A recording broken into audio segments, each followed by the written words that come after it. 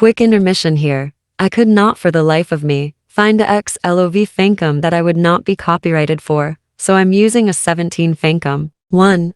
XLOV is bringing sexy back. Alright, can we just talk about XLOV? Like, where did they even come from, and who gave them permission to show up and dominate like this? One song and they've already got me acting like a full-time fan. It's giving the sexy boy group era we've been missing in K-pop, and I am eating it up. If this is the vibe they're going for long-term, then sign me up because I'm here for the visuals, the charisma, the everything. But let's get real. This group feels like they could either explode into superstardom or get sabotaged by external forces. Speaking of sabotage, let's address the elephant in the room. Fandom culture. I can already feel the unnecessary drama brewing, and the group hasn't even had their first comeback yet. Rui and Wamudi, mark my words, they're going to get hit with every Delulu shipper theory under the sun. Oh my god, they looked at each other for 0.5 seconds. They're definitely in love. I know it seems like I'm jumping to conclusions, which I am, but I swear I have a sixth sense, guys. If I'm wrong, I will admit that, and while we're at it,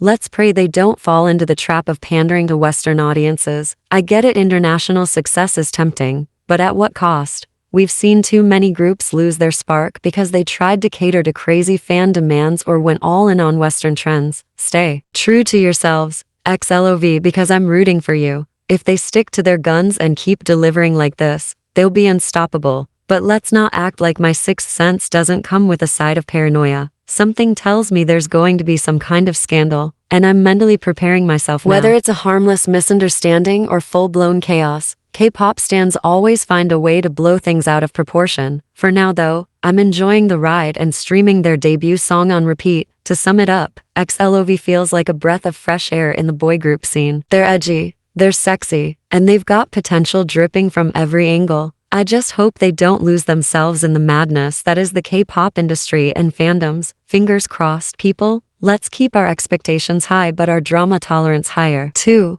Ross and SKIMS, a collaboration I didn't see coming.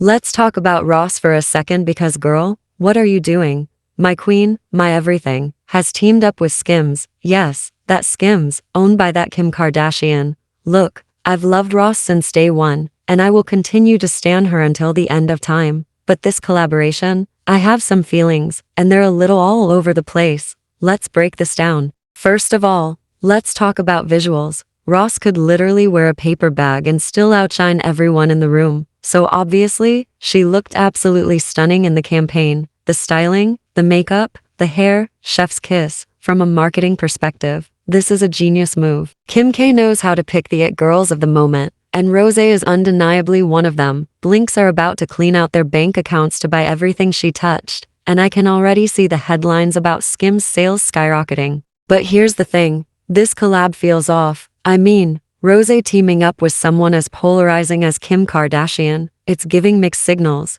Don't get me wrong, Kim is a business genius, but her track record is, let's say, complicated. Associating with her opens Rosé up to criticism that she probably doesn't deserve. Plus, we know how Blackpink's fandom can be. Blinks love to act like they're Rosé's personal army, ready to defend her at all costs, but they also tend to create chaos for no reason. This collab is only going to add fuel to the fire. Now, before anyone accuses me of hating, let me be clear. I get why Rosé did this. She's branching out, exploring new opportunities, and making moves outside of K-pop.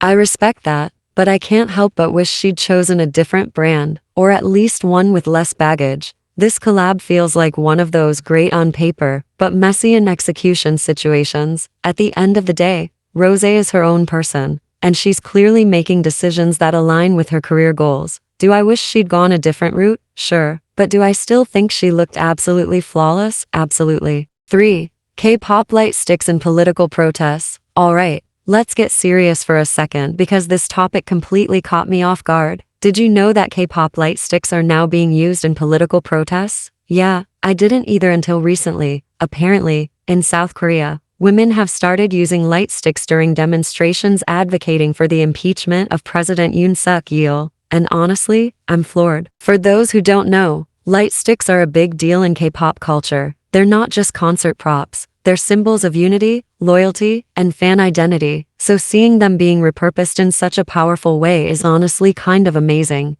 These fans are taking something that's usually tied to music and joy and turning it into a tool for social change. It's a reminder that K-pop isn't just entertainment, it's a cultural force. Now, I'll be the first to admit that I'm not super knowledgeable about Korean politics. From what I've read, these protests are centered around women demanding accountability and better leadership from their government. It's a serious issue, and seeing how K-pop fans are getting involved is both inspiring and thought-provoking. It shows how deeply intertwined K-pop is with Korean society. This whole situation has made me realize just how impactful K-pop truly is. It's not just about catchy songs and flashy performances. It's a global phenomenon that's capable of inspiring real change. Whether or not you agree with the politics behind these protests, you have to respect the creativity and passion of the people involved.